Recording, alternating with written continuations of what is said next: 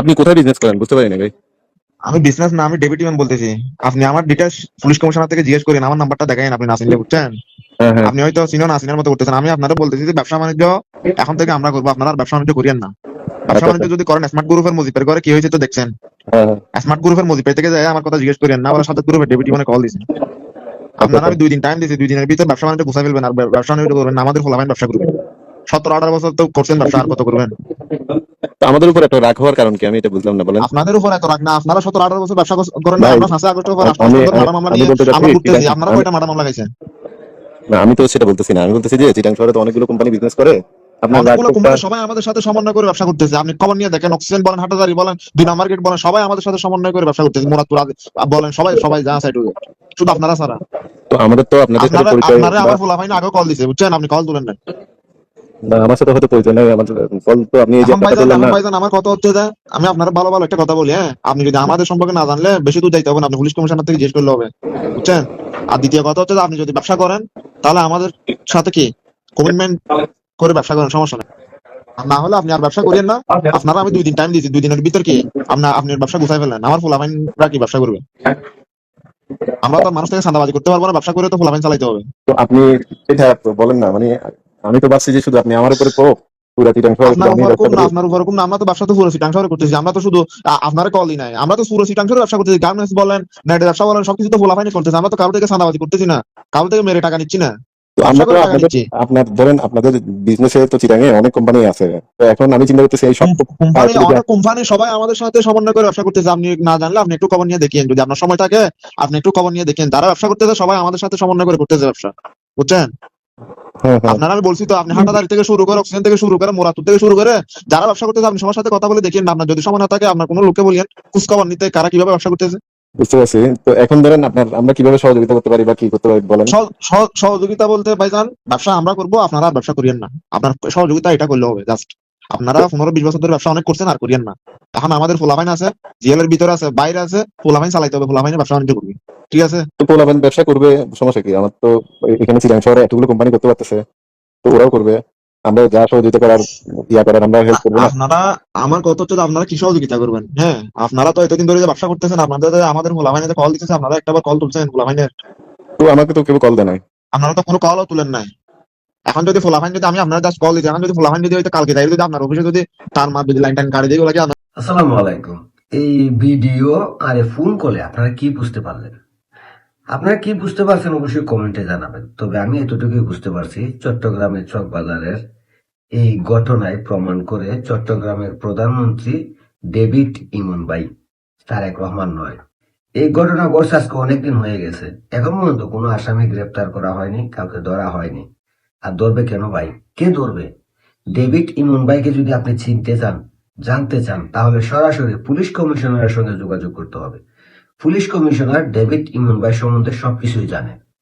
এখন যে ব্যক্তি সরাসরি পুলিশ কমিশনারের সঙ্গে যোগাযোগ করিয়া দেশ পরিচালনা করেন, সে তো অন্যায় করলে, অপরাধ করলে তাকে গ্রেপ্তার করবে এমন পুলিশ অফিসার কি চট্টগ্রামে আছে?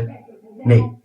এই ডেভিড ইমন ভাই সে কি বলছে, চট্টগ্রামের যত ব্যবসায়ী আছে প্রত্যেকে আমাদের সঙ্গে সমন্বয় করে ব্যবসা করতেছে, শুধু তুমি বাদে। আমাদেরকে 2 কোটি টাকা চাঁদা দিতে হবে এবং প্রতি মাসে আবার 10 লক্ষ টাকা করে চাঁদা দিতে হবে, কারণ আমাদের ছেলে পেলেরা চলবে। ডেভিড ইমন ভাই বলছেন, 17-18 বছর তোমরা ব্যবসা করছো, এখন সেই ব্যবসা প্রতিষ্ঠান আমাদের, আমরা পরিচালনা করবো, আমাদের ছেলে মেয়েরা এসব পরিচালনা করবে। অনেকদিন ব্যবসা করে খাইছো, আর খাইতে পারবা না। কথা হইলে ভাই কিছু বলার নাই, কারণ বললেই তো ভাই বিপদ। শুধু আমার জানতে ইচ্ছা করতেছে, এই ডেভিড ইমন ভাই চট্টগ্রামের কন্ট্রোল নিয়ে রাখছে, পুরো চট্টগ্রাম তার হাতে। পুলিশ, র্যাব, সেনাবাহিনী, সবাই সরকারের গোষ্ঠী গিলাম। সরকার যদি ওই দেশে মানে ওই চট্টগ্রামে কন্ট্রোল থাকতো, তাহলে এই ধরনের ওপেন একটা ব্যবসা প্রতিষ্ঠানকে ভাঙে গুঁড়া বানায় দিল, সরাসরি হুমকি দিচ্ছে, তাকে গ্রেপ্তার করতো না? তো সরকারের নিয়ন্ত্রণ নাই। ওইখানকার প্রধানমন্ত্রী, রাষ্ট্রপতি, সেনা প্রধান, নৌ প্রধান, বিমান প্রধান সবই এই ডেভিড ইমন ভাই। তো ইমন ভাইয়ের সম্বন্ধে আপনারা কোনো কিছু জানতে চাইলে চট্টগ্রাম ইমনের সঙ্গে যোগাযোগ করতে পারেন। তো আমার জানতে ইচ্ছা করতেছে, চট্টগ্রামের ডেভিড ইমন ভাইকে আমরা তো দেখতে পাইলাম, বাংলাদেশে আর কোন কোন জেলায় কোন কোন বিভাগে এ ধরনের ডেবিট আছেন, যাদের কন্ট্রোলে সকল ব্যবসা প্রতিষ্ঠান চলতেছে, যারা নিজেরাই পুলিশ, সেনাবাহিনী, নৌবাহিনী, বিমান বাহিনী, আইন শৃঙ্খলা বাহিনী কন্ট্রোল করেন। আমার খুব জানতে ইচ্ছা করতেছে আপনাদের এলাকায় এমন ডেবিট ইমন আছে কিনা, আমাকে একটু জানাবেন। তবে আমার কাছে এতটুকুই মনে হইতেছে, যেহেতু চট্টগ্রামে আছে ডেভিড ইমন ভাই, তার মানে প্রত্যেকটা বিভাগেই একজন কইরা ডেভিড ইমন আছেন বিভিন্ন নামে, যাদের সঙ্গে সমন্বয় না কইরা কোনো ব্যবসা করতে পারে না কেউ। অত ভয়ে কেউ মুখ খুলে না, ভয়ে কেউ অভিযোগ করে না। কারণ কিভাবে করবে ভাই, যারা সরাসরি পুলিশ কমিশনারের সঙ্গে যোগাযোগ করে এইসব করে, যারা ওপেন ব্যবসা প্রতিষ্ঠান ঘুরিয়ে দেওয়ার পর, হুমকি দেওয়ার পর, চাঁদা চাওয়ার পর তাদেরকে গ্রেপ্তার করা হয় না, তাদের বিরুদ্ধে কারা মুখ খুলবে, কারা প্রতিবাদ করবে? এই যে আমি প্রতিবাদ করতেছি, আল্লাহ জানে আমার উপরে নিয়ে ডেভিড ইমন ভাই রাগ হইয়া আমারে খোঁজা শুরু করে দেয়। কারণ আমি চট্টগ্রামে ছিলাম, সব বাজারে ছিলাম, অনেকদিন ছিলাম, তখন আমি এই ধরনের ডেভিড মেভিড দেখি নাই। এই 24-এর পরে ডেভিড ভাইয়ের মনে হয় নতুন করে পাকা গলাইছে। তো যাই হোক, দেশের মানুষ, আপনাদেরকে একটা কথা বলি, যা হওয়ার তো হয়ে গেছে, কিছু করার নাই।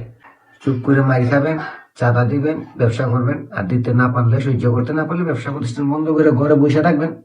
এটাই আপনাদের এখন কাজ।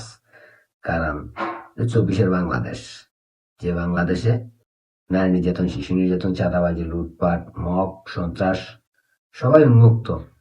শুধু মুক্ত না সাধারণ মানুষ, মুক্ত না বাংলাদেশের আইন, মুক্ত না প্রশাসন, মুক্ত না ব্যবসা প্রতিষ্ঠান।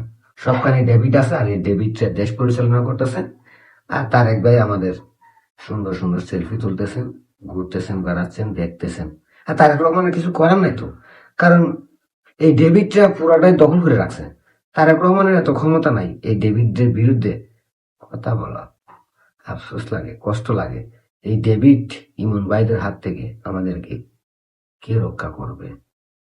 এমন কেউ কি আছে যিনি আমাদেরকে এই ডেভিড ইমন ভাইদের মতো ভাইদের হাত থেকে রক্ষা করবে?